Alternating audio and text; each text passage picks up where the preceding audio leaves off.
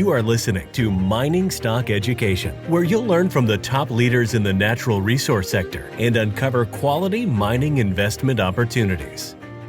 We are after $1 billion drill hole, both Orefinders and Mustango. We are in the right district. We have the right rocks. We think we have the right team, and now we have a lot of capital to go out and do it. And so when we approached Kirkland Lake to do this deal, it was really fundamentally about increasing our odds of achieving success. And success comes in many ways, but if we are going to achieve $1 billion drill hole, which is a new discovery on that trend, it's going to take more than 1 or 2 or 10 drill holes. That is what this deal ultimately represents to shareholders. Thank you for tuning in to Mining Stock Education. I'm your host, Bill Powers. Joining me today is Stephen Stewart, the CEO of Orefinders, one of our sponsors. I invested in Orefinders back when we originally previewed them and profiled them last fall. Share price I got in at was about 10 cents Canadian. After that, it went up to about 25 cents Canadian. So at one point, I was 150% up. Right now, I'm underwater. Actually, it's been trading as low as 7 cents in the last week. So I invited Stephen back onto the show. Stephen, tell us what's going on. You did this deal with Kirkland Lake Gold. The market seems to have not valued it and seen it the way that you've seen it. I'm underwater on my investment right now. Convince me to keep holding your company, please. Well, sure. Thank you for having me, Bill. And, first and foremost, I think this deal is a great deal for shareholders. And of course, it did the same thing with Mustango as well. And so this was, I think it's important to say this was a joint deal between Mustango and Orefinders. So both companies did nearly an identical deal with Kirkland Lake. And why I think you should continue to hold your shares is because this completely de-risked the company. Now, there's always going to be risk in this business, but it's a very, very risky industry that we're in. And I've been on your show, and I've said many times before, we are after $1 billion drill hole, both Orefinders and Mustango. We are in the right district. We have the right rocks. We think we have the right team, and now we have a lot of capital to go out and do it. And so when we approached Kirkland Lake to do this deal, it was really fundamentally about increasing our odds of achieving success. And success comes in many ways, but if we are going to achieve $1 billion drill hole, which is a new discovery on that trend, it's going to take more than 1 or 2 or 10 drill holes. That is what this deal ultimately represents to shareholders. It's mitigating our downside risk. If we do not want to live or die on our most recent drill results, which is a lot of what a lot of juniors do. So this was me and our board building a future, building a company. And that's what that represents. Now, for those who don't know, the deal, Kirkland Lake came in and acquired 9.9% of both companies. So they own the shares, and then they are spending up to $120 million split equally between Orefinders and Mustango to earn up to 75% interest in those companies' assets. So that means $120 million will go into the ground before Kirkland Lake earns their interest. In effect, that gives us a free carry until they spend that money, and that's an awful lot of money. And I would wager that if we spend $120 million and we don't find $1 billion drill hole, then it's not there. So I think this allows us to exhaust all the possibilities and probabilities that if there's an ore body there, chances are we're going to find it. In the meantime, we've got this fantastic treasury between Orefinders and Mustango, approximately $15 million in cash. Over and above that, we have well over $20 million in working capital, which constitutes mostly Orefinders' position in equitable securities. It owns a good chunk of Mustango. It owns a good chunk of QC Copper, and same with American Eagle, which is spun off. So we have an extraordinarily strong balance sheet. And I think those who follow our group will know we've had a very contrarian view of the market. The last 5 years has been spent with Orefinders and subsequently Mustango, identifying opportunities, buying them cheap when nobody else was doing it, and looking for distressed situations, looking for problems that we believe we can buy cheap and then solve and create value there. So that is going to be really my task right now is intelligently allocating that $15 million. Where are we going to spend it to get the best bang for our buck?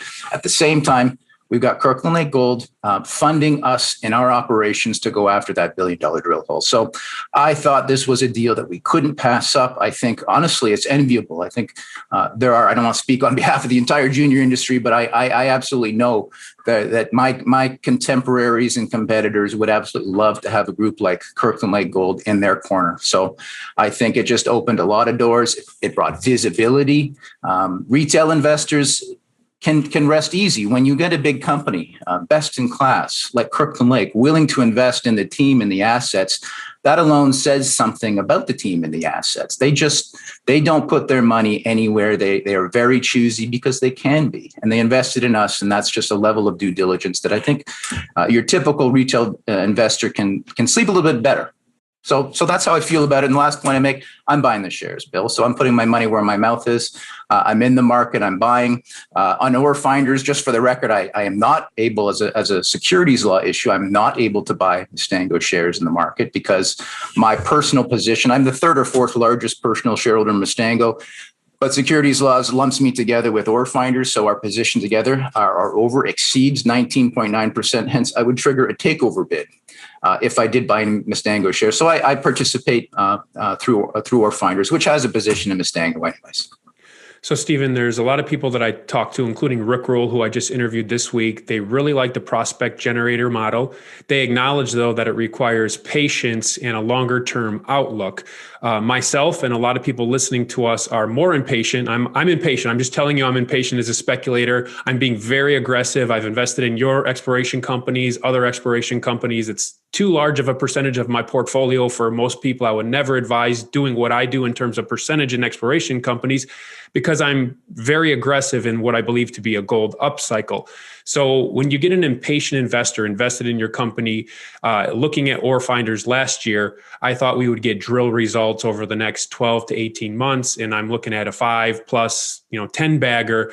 Now, yes, you've minimized the downside clearly. The dilution risk is gone, the financing risk is gone, but you've also given away 75% of the upside.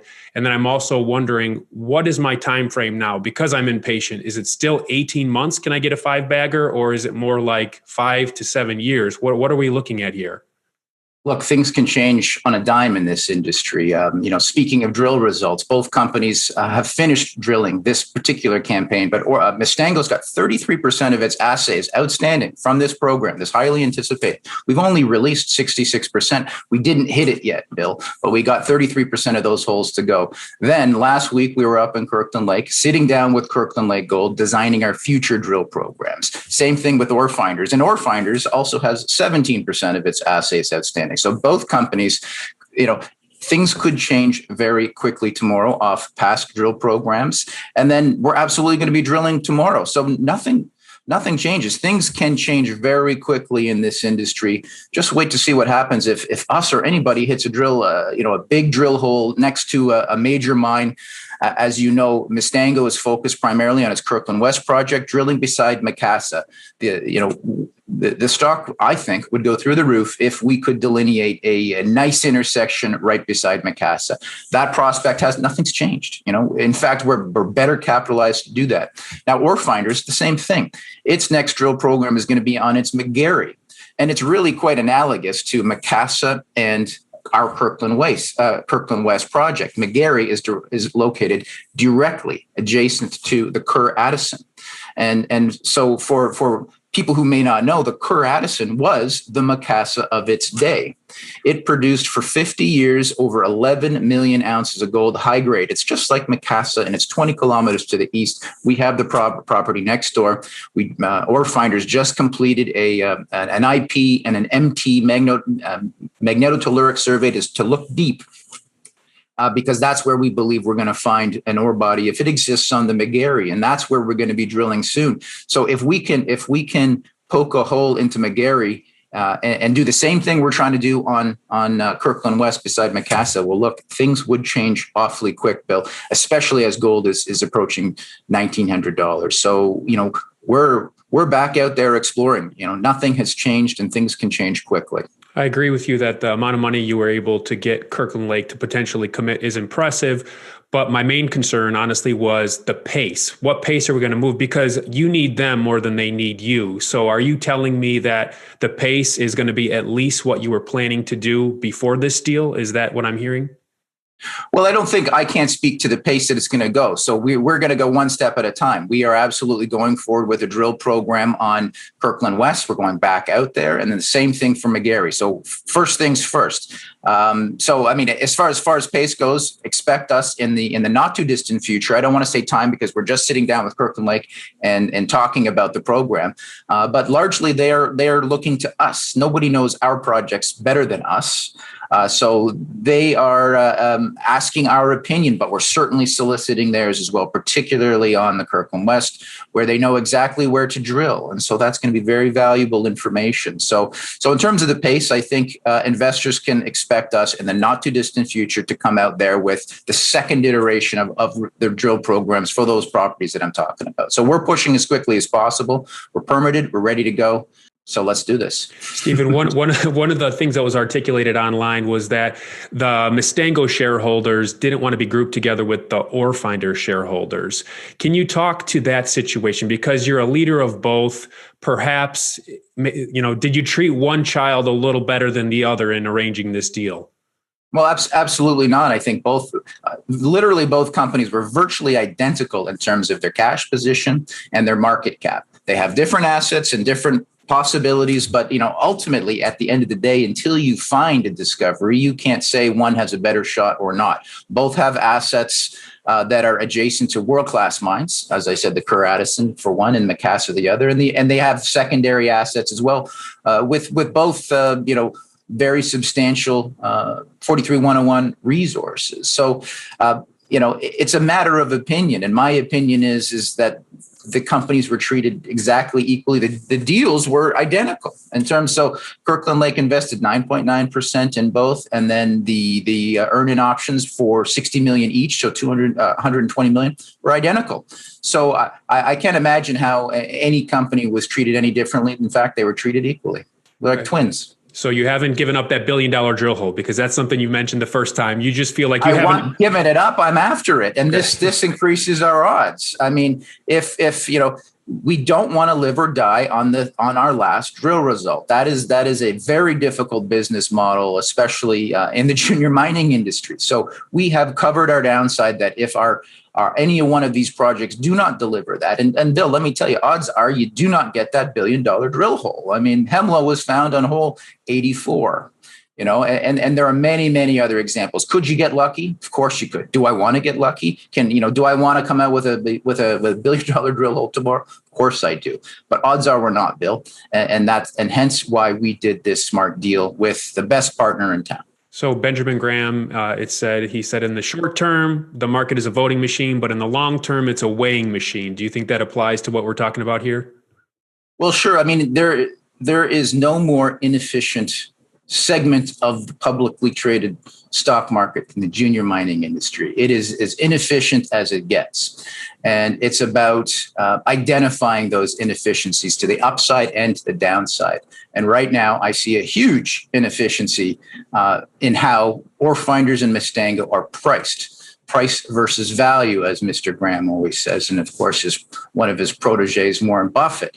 And so the value baked into Orefinders and Mustango relative to the price you have to pay today is extraordinary. Look at their balance sheets, look at their investments in other companies, and then look at the assets that they have combined with the partnership of Kirkland Lake, who is committed to spend $120 million.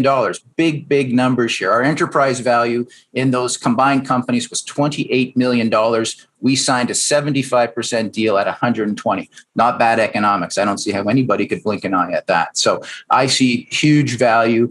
And ultimately, everything comes down to our drill results, which could change any day. So as long as we're drilling, which is going to be the secret to our success, then I sleep well at night in terms of delivering what I said I would do to our shareholders. All right. So with speculative value through the drill hole, we've been talking about that, but you also have resources. So just if we take enterprise value versus gold ounce in the ground, what are we trading at right now? Enterprise value right now, let's say we're 14 million, $10 to $12 an ounce, nothing. really. And we are not in the Arctic. We are not in the DRC. We are in Kirkland Lake Gold.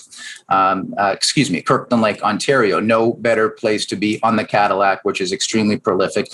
And I'll note, in an area where there's an awful lot of activity. Not only do we have Kirkland Lake in their flagship operation, we've got Agnico Eagle with the Upper Beaver there. We've got the Kerr Addison. I mentioned the Kerr Addison, world famous mine. They have now reinvented themselves as a 6 million ounce open pit deposit. So they floated their prospectus not too long ago. So we've been aware of what they're doing. That's coming into the public domain. So we're thrilled to welcome a new neighbor, a major anchor type deposit. So there's all sorts of things happening. I think even the folks at Newfound Gold are spinning off their property in the Kirkland Lake. So there's an awful lot of activity up there. All else equal, there's no other place I'd rather be looking for gold right now other than Kirkland Lake. With an explorer, obviously the obvious key risk would be coming up with dusters, not discovering what you want to discover. But besides that, over the next 12 months, what would be some of the key risks for Orefinders? Gold price.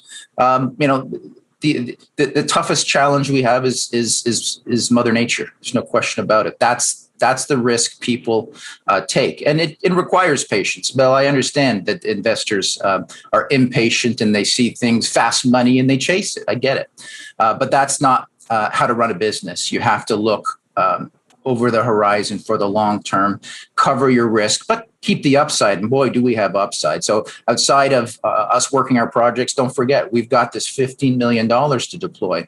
And we've been pretty creative. Anybody, look us up. We have been creative in how we deploy our capital. We do it quite accretively.